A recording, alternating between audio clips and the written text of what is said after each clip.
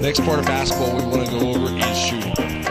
Today Jeff is going to show us the beef method of how to shoot a basketball properly. The B stands for balance. Jeff's going to balance the basketball on his fingertips using his pointy finger as the guide. Next, Jeff wants to eye up his target. So when Jeff is looking at the target, he's shooting front rim, and he's looking at the eyelet that is right in front of him to take away air. If you look at the full front rim, you grow air. So you want to take away air by using just the eyelet. Then the second E is elbow. He wants to point that elbow at his target and continue to balance using his shoulder and his elbow on his target. Finally, follow through. His follow through has to be pure and it has to be high. He wants to bring his hand all the way up over top of his target that he's looking at and follow through to the bottom like he's reaching to the bottom of a cookie jar.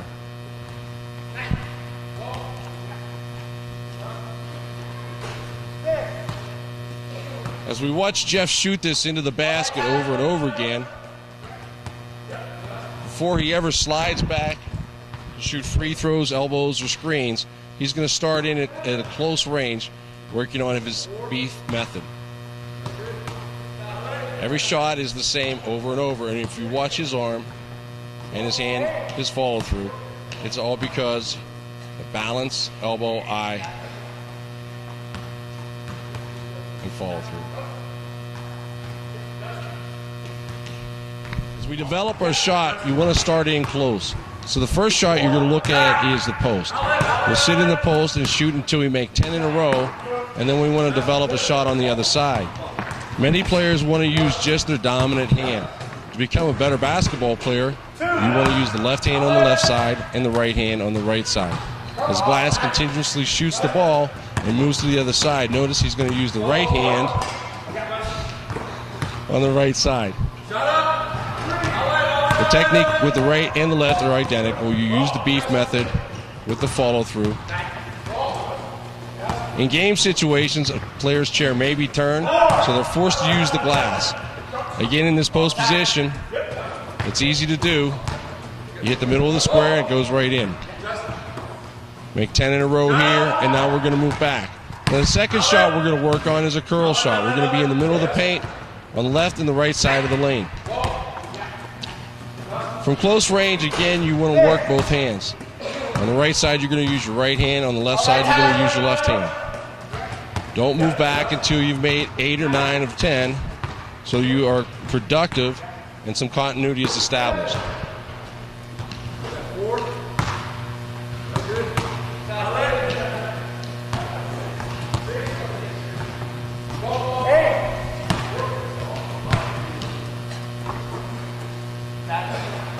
Off of the curl shot, we're going to go outside and try the 12 to 14-foot screen shot. And we want to be able to shoot the screen from all three positions, a high, low, or middle screen.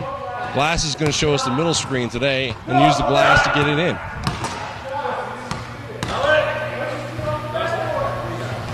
Find a comfort level with shooting the screen shot. This is one of the most important shots in wheelchair basketball. Go! Shot. 9.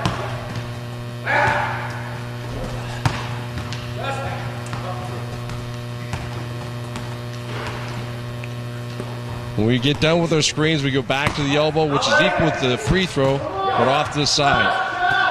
Against zone defenses, a lot of players need to be able to use this elbow because as they come off of that high screen, all that's left is the elbow shot. Try to make 7 of 10 before moving on to your next shot from each side.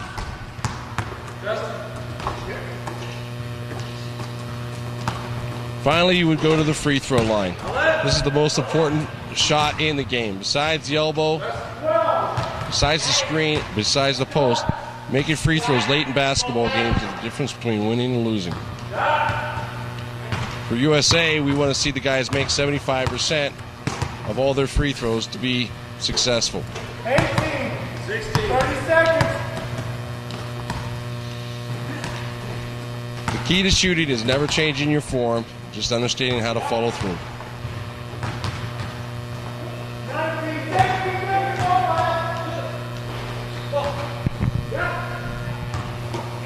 A drill that we use for USA basketball that helps players develop and use game speed is pyramids.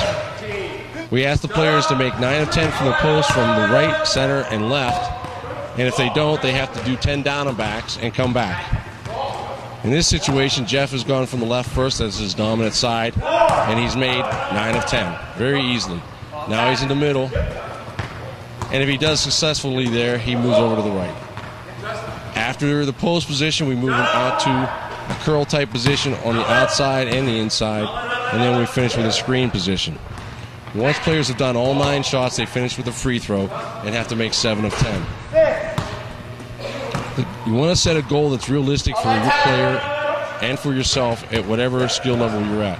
For USA basketball, 9 of 10 from any spot is not unrealistic.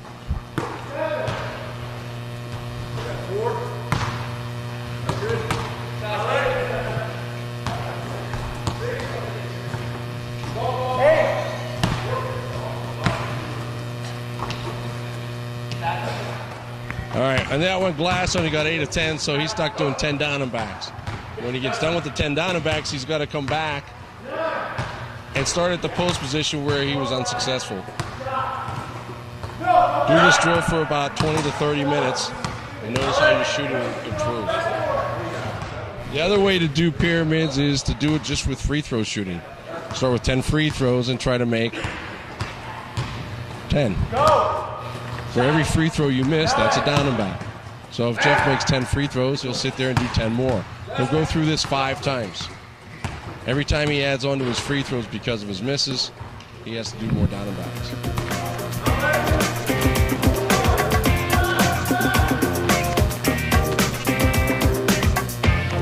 How'd you do? So Jeff would do 3 down and backs.